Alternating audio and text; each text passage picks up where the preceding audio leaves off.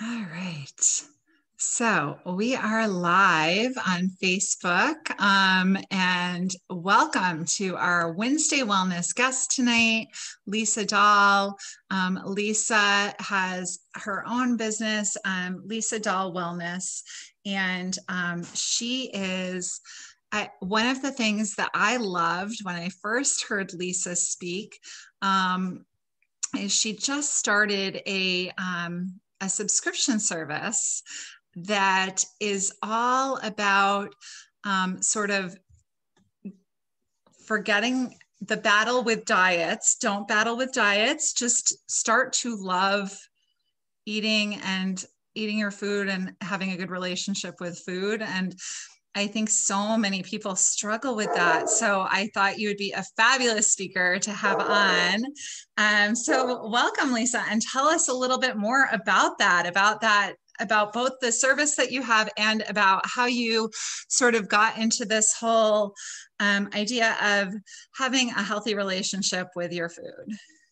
Okay. So first, thank you so much for having me on. I love to talk about what I do because it just brings me so much joy to see the difference that it makes in the women that I touch.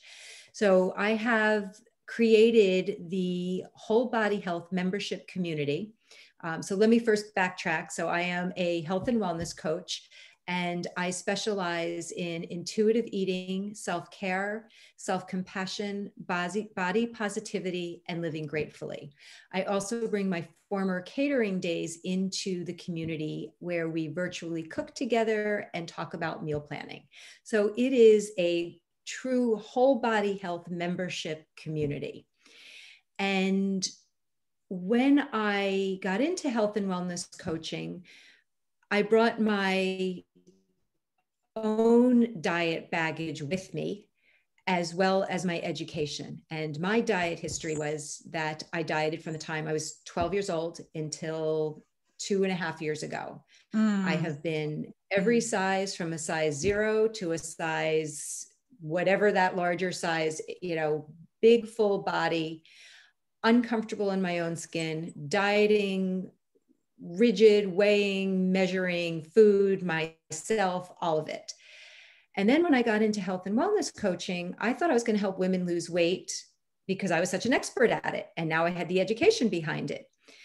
And then I learned what I have done to my body, what my mindset has done just on a daily basis of the baggage and the mind chatter. And I discovered intuitive eating. And the philosophy about intuitive eating is based on curiosity, not judgment. And my interpretation of it all comes down to, how do you learn how to listen, trust, and respect your body so that you can become happier, healthier, and more confident at any size? Because as a society, we have been taught that thin is healthy. Yes. And it's just not true. That's correct. It's just not true. And some of the general stats are that 95% of the people that go on diets fail. And it's not because you are failing the diets, it's because the diets are designed not to work, because dieting does not work. 2/3 of people who lose weight will regain their weight plus additional weight. It is a vicious cycle. And we have been taught that thin is health, thin is beauty, thin is privilege. And it's time to break away from that diet culture. There are over 125 studies supporting that diets don't work, and that being in tune to your body creates sustainability and helps create a healthy relationship with your food, with your body, with your mindset. And it's just such a gentler, kinder way to live in your head. So with people who have sort of been on that diet roller coaster, what type of coaching do you find is helpful to sort of get them help them get off of that. There's so much that we've all gone through with sort of, oh, I'm doing this whole keto diet, or I'm doing this diet, or I'm doing that diet. And, and then that's not working. So let me try something else. There must be a lot of reprogramming that has to go on. and it's, and I don't want it to feel like a cult. Right. But, and reprogramming, it's, a nicer, gentler word could be neuroplasticity, where we can create new pathways to change our thinking. Yeah. And people, and you hit on the point, is that every diet you go on, you have hope. Like, this is going to be the magic thing. Right. And you go through this and you restrict and you deprive yourself, and it's really working and you're doing great. Mm-hmm. And then all of a sudden it isn't. And you hit that rebound and you hit that backlash. And then the cycle starts over, and you have the Last Supper. I'm going to eat everything I can eat because I'm never going to eat all of this again. Mm-hmm. And that doesn't feel real good. Right. It's self-defeating. It's demoralizing. There's guilt, there's shame. There's all these things mixed in with it. Mm-hmm. And the way that it really works is, as I said, it's about curiosity and understanding, what do you need and how do you give yourself permission to eat? Mm-hmm. Even though it's scary, because diets tell you, eat this, eat that, eat it at this time, eat it at that time. Right. And we're taught not to trust our bodies. And is it okay if I share an example? I'd love for you to. So think about when you have babies or little children, and they're very clear. When they cry, they need to be fed. Right. When they're satisfied, they snuggle in and they're comfortable and they're relaxed and they close their mouths. They leave it. Yeah. As a mom or a parent or a caregiver, we know better. We want to make sure that that baby is good and fed, and that they're going to sleep better if they get an extra spoonful. And what happens is that we teach our children and our babies not to trust their bodies.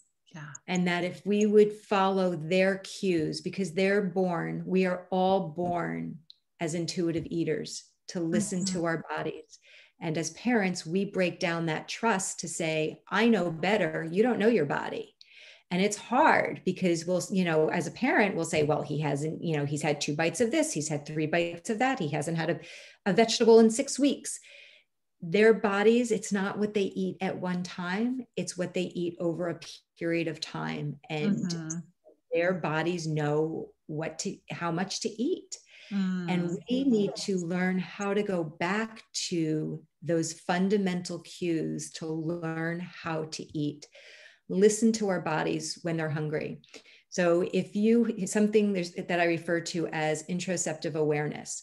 So when your bladder is full, what is your automatic response? Go to the bathroom. You have to pee. You don't say, oh, I'm just going to wait. Like, I'm just going to see how long I can go. Especially at this age. Right. We're just going to do some jumping jacks on top of it all. So, we will, and when you're tired and you're sleepy, that you want to either take a nap or you want to go to bed. When we're hungry, when we start to feel a hunger pain, or we start to get lightheaded, or we start to get short-tempered, we just kind of ignore those signals. We're like, it doesn't matter. It can wait. And we wait because we think, oh, I don't have to have that because, I don't need those calories. It's not that important. I'm too busy. And then all of a sudden time goes by and now you're starving. And then you overeat because your body is rebelling. And what would it feel like to be able to honor your hunger? Say, hey, I feel you. I hear you. Our bodies need to eat to thrive. That is how we survive. And that survival mechanism is going to win every time. Yeah. Unless we're talking eating disorders. I'm talking disordered eating, not eating disorders, because there's Right. a very clear difference. Mm-hmm. So it's learning how to listen to your body when it's hungry, when it's full, when it's satisfied, and to discover, how do you want to feel? What do you need? Yeah. So one of the women who's watching asked, what do you do about chocolate cravings? And my guess would be, if you are eating intuitively, you allow yourself to eat chocolate. And certainly there are better forms of it that are healthier, and we know that, but I would guess you don't deprive yourself of those things, and you allow yourself to know that your body needs that at that moment. And especially now, I mean, Mm-hmm. we are all under an exorbitant amount of stress. We used to have, in the olden days, we would have our own personal stress that happened within our household. Mm-hmm. Now we have, between pandemic and politics and global warming, and whatever side you're on, we're all feeling that stress. Collectively, we all feel it. And we've also been all taught that emotional eating is wrong. And Mm-hmm. actually, the emotional eating is a survival mechanism. It's saying, I need something, that you're being resilient. And that is one of the tools that you have learned to use to Mm-hmm. manage that stress. And there's a difference between having some chocolate and eating excessive amounts of chocolate. Right. What is, how do you feel when you eat 10 M&Ms versus the pound bag of M&Ms? Right. And when you give yourself permission to eat forbidden foods, Mm-hmm. you, over time, through something called habituation, your body starts to regulate how much you really need, and you get sick of it. So some people, some people really don't like leftovers because they've already had it and then they're sick of it.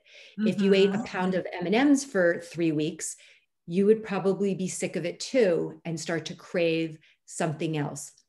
So it's all about listening to your body, understanding why you're making those choices, noticing and naming.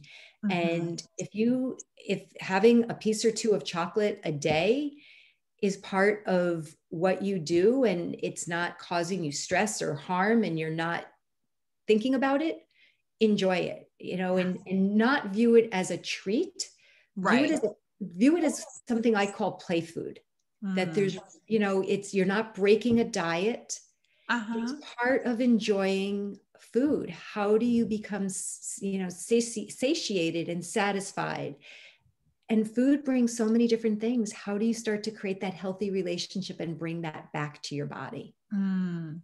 So one of the other things that I saw that you do is do sort of a kitchen makeover and help people figure out what to keep and what to get rid of and where to place things. And can you talk to us a little bit about how that works and what that Sure. process is? So one of the things that I do is a kitchen upgrade or a kitchen makeover. And it's really helping you figure out, what foods are important to you. What do those foods mean to you? What kind of changes do you want to do? It's not for me to come in. I'm not the food police. So I don't come in Right. and say like, okay, it's all got to go. It's really discovering what works for you. What does Mm-hmm. your kitchen setup look like? What's on your counters? How crowded are they? What what equipment do you need that would help with meal prep? Mm-hmm. Or, keeping things at certain levels or eye level. And, Mm-hmm. if potato chips and M&Ms are calling you every time you go into the pantry and it's something that is not working for you, just Mm-hmm. even putting it on the highest shelf or the lowest shelf, so that when you go in and you look for snacks, your first go-to is something that's going to make you feel a little bit better. Right. So it's all about going in and helping you think about how do you want it to be, and what is important to you when you choose foods. What are you looking for? And it's not about getting rid of every piece of junk. And I don't Right. even use the word junk because that's not even, I try to keep a neutral approach where all Yeah. foods don't have morality. Right. It's how do you keep everything neutral? Mm-hmm. What works for you? Right. And so together we look at your foods, we look at your pantries, we look at your countertops, and a clean kitchen gives you a better mindset when you walk in there, as opposed to like when you walk in and there's dishes piled high and there's, you know, your work, kids' homework, yesterday's mail, whatever else it is. How do you come in and start to create some semblance so that if you're looking for a little bit more organization, I can help you do that? How do you have healthier choices or better choices that make you feel good out on your counters so that you're surrounding yourself in a more comforting, natured, neutral position? Yeah. Talk to me a little bit more about the whole meal prep piece of it and your group and what you do. So if everybody's sort of honoring their own, their own needs, what do you sort of take suggestions from people on different types of things that they want to eat, or how does that work? So what I do is we cook together one night a month. The first Wednesday of each month at 5 o'clock, we do virtual cooking.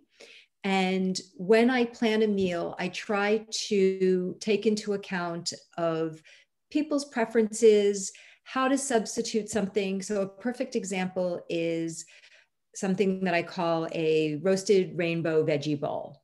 And it has cauliflower, broccoli, tomatoes, sweet potatoes. Like, it's beautiful, colorful, and it has lots of different spices in there, and herbs. So it could be turmeric and cumin, cinnamon, like garlic powder, like just mix and match. And you look at this recipe, and the recipe has, 30 ingredients. And most people are like, oh my God, like there's no way I'm going to make this. And a perfect example of how to make that easy for meal planning is, if it's a dish that you like, here are the 5 spices that go with the cauliflower. Here's the 5 spices that go with the broccoli. You mix them, it's your own spice container, put all those things in so that the next time you want to make it, you cut up your vegetables, you sprinkle it here, you sprinkle this one here. And if you have kids or picky eaters or preferences, you could, half of it could be the broccoli gets this flavor, the other side gets a little bit of olive oil, salt, and pepper. And you are not cooking multiple dishes. You are just making simple changes as you go along. That's wonderful. Yeah, I feel like in our house, I end up cooking several different meals because of different preferences and dietary needs. And so the idea of not cooking more than one meal a night sounds pretty heavenly. And we'll talk about, I'm sorry, I didn't mean to interrupt you. Oh, that's okay. Jen said, I need that recipe. To join Lisa's group. I'm happy to share recipes. So what we do in the whole body health community is every Tuesday at noon, we have different topics that range between intuitive eating, self-care, self-compassion, and body positivity. The first Wednesday night of the month, we do virtual cooking together, and you can cook with me so that when we're done, you can have dinner on the table, or you can just sit back, watch, and connect with the other women on the call.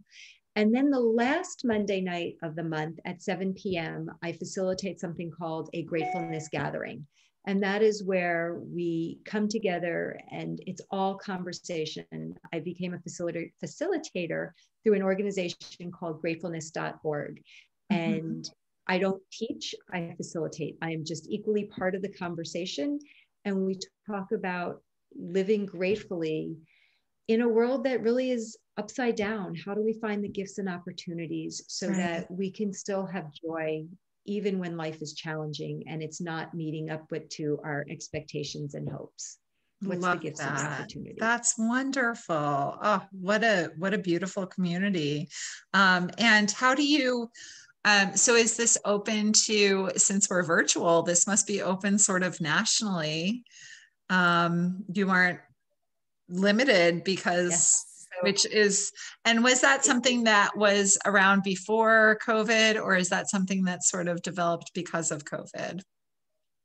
It came from COVID. It started I was doing a lot of one-on-one coaching, and I would see my clients either virtually or in person. And yeah, health and wellness shouldn't be limited to the privileged. Health and wellness, I really believe from my heart, is something that everyone should have an opportunity to be able to give themselves. And by creating this community, I've created a very easy way for most people to be able to have these discussions, have the support. It's $39 a month. There is no contract.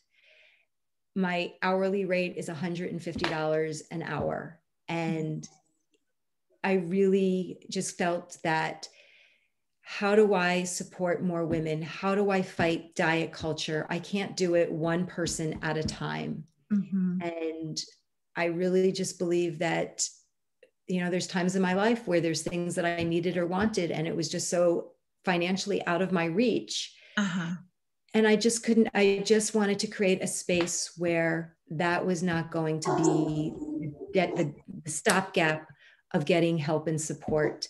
Right. And I love my community. It is just turning into everything that I envisioned. And I'm just so excited about it. That's so wonderful.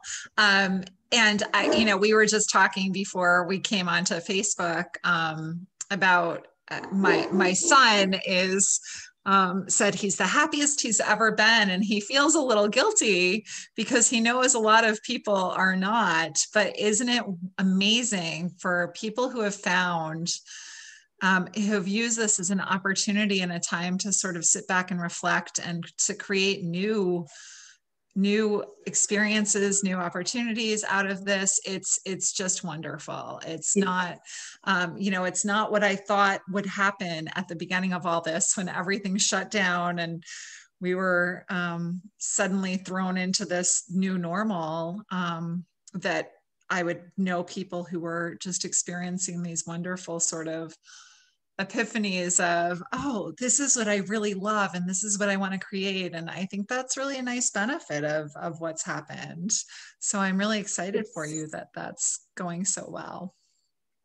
It's COVID in our space. We have been very fortunate. And I mean, it's the same thing. I have my grown daughter who lives with me. She comes and goes, but she's 28. And COVID has been the best gift that ever could have happened to this child. She's my child. And she is extraordinarily talented. And from this, we call it her internship, because she helped get my business off the ground. She does all of my graphic design. She rebuilt my website. She does all my landing pages. I could not do it without her. I have a platform on a space called Podia that has lots of content and journal entries and PDFs that are all part of our conversation, so that when we meet on Tuesdays or whatever day it is, I'll refer to something, and then there's a journal entry with fillable PDFs so that you can take away and have your own experience besides the conversation. And all of the Zoom calls are interactive. I don't just talk at you. Everybody is on the screen. I encourage participation. And as the community grows, if I need to add more sections or sessions, I'm happy to do that. So I'm just kind of waiting for things to grow. And I want people to have a place to feel heard and to share what their experiences are, so that we can help make the changes that they're looking to make. That's wonderful. What a great resource. And so what were you doing prior to health coaching, and what made you decide to go into that? I mean, you've shared what made you decide to go into it, but what were you doing prior to this? I am a former caterer. I had my own catering business for almost 10 years. And it was awesome. And I loved it. And I was able to work out of my house. We had purchased a home that had 2 kitchens. And then I chose to get divorced. And I lost my house, I lost my kitchen, I lost my health insurance, and all those other things that go along with divorce. Yeah. And I kept my business alive for about a year, and I really needed some more stability. And I merged my business into another catering company and worked for a couple of different companies for a few years. And then my personal life changed. And when my partner and I decided to move in together, he said, if you're going to make a career change, do it now. And I quit my job on a Friday and I went back to school on a Monday and spent the year taking classes, getting my certifications. And I've continued to take certifications. I'm just finishing up my intuitive eating certification. Hopefully I will finish everything this week. And then I'm working on a certification in body positivity. So there's always something to be learning, and I just love it. It's wonderful. Oh, that's so wonderful. What a great story that, I love hearing when people have something that just shifted in their lives and they took the good out of it and made a real transformation. So that is just fantastic. So for everyone watching, if they are sort of thinking, I kind of love the idea of this. But I don't know if it's right for me. Who is your target audience for your business, and who do you find it really resonates with the most, and who does it work for? And maybe give us a story of somebody who's totally changed their mindset after working with you. I'd love to hear about some people who because it sounds like you would be an amazing support system. And I'd love to hear more about people that you've helped. So my ideal client is really somebody who is, to feel comfortable and confident in this community is women. It's women only.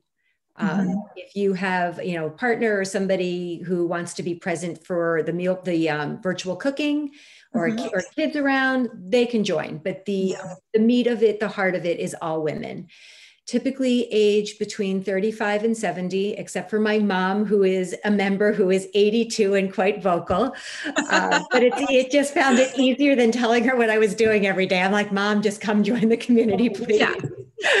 But it's really for women who have been dieting. They get up in the morning and they're like, is it a good day? Is it a bad day? They've got clothes here, they've got clothes here. And their self-worth is tied up on that number on the scale. And they're noticing that it is getting harder and harder to lose those same pounds, whether it's 10 pounds, 50 pounds, or 100 pounds, that it's the swings that are driving them crazy. And are really open to measuring success and health differently than the number on the scale. It's a leap to go against diet culture. It is a leap to go against everything that you know to be true.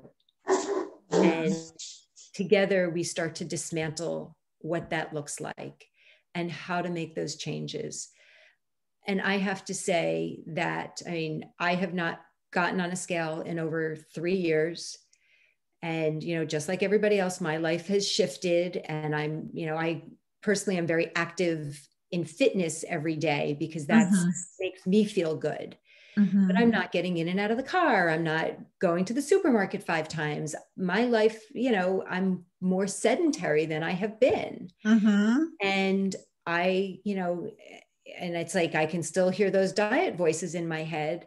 And I really am aware of them. And I have to say, through this whole thing, by listening to my body, knowing when I'm hungry, knowing when I'm choosing to eat because I am bored or stressed, and being aware of it.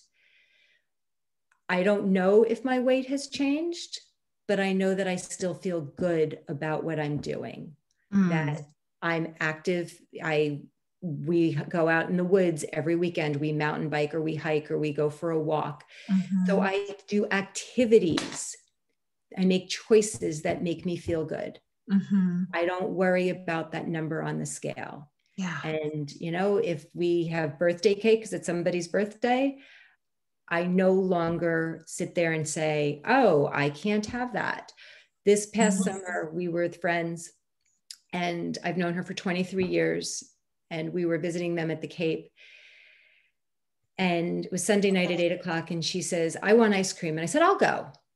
And she looked at me and we went, and the guys stayed home, and we're sitting at a picnic table away from everybody else. And we ordered and we sat and we ate. And she looked at me and she said, this is the first time in 23 years that we have gone out for ice cream. We stood in line together. You ate it, and you didn't make one comment about how many calories, how many scoops, how many portions. I'm so full. I can't do this. I can't do that. She said that we sat here, didn't even discuss it, said how delicious it was, and enjoyed it. Oh, that is what intuitive eating has done for me. An example of one of my participants in the community, she sent me an image, a selfie of her reflection in the mirror. And her comment was, I see a beautiful woman. Oh, that's perfect.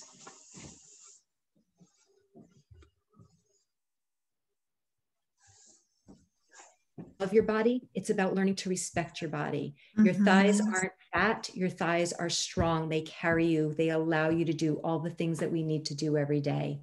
How do you embrace your body? And all bodies need to be loved and respected. Wow. Perfect. Perfect.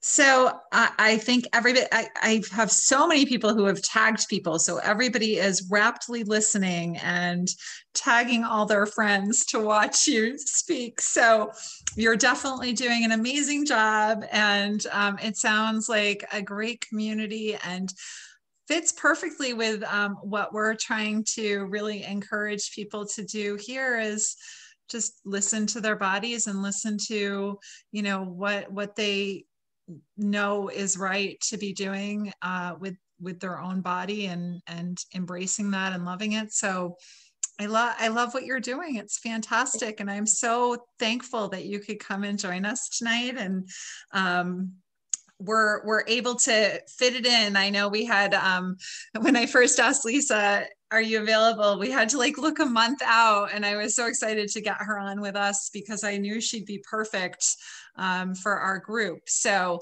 I am going to link your website in the comments and your information. And hopefully we will have some people joining you from this group to learn a little bit more. That would be wonderful. And I also offer a 30-minute free consult. If anybody has questions, please feel free to reach out. All the information is on my website. I'm happy to chat with anybody. And I would love to welcome you into the community because the women are, the best way that I know that people are getting what they want is because I get unsolicited positive feedback. And that is the best thing that I can ask for. Absolutely.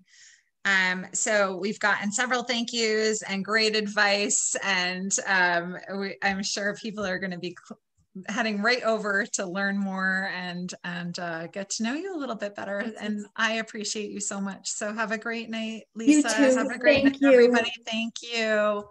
Bye-bye. Bye.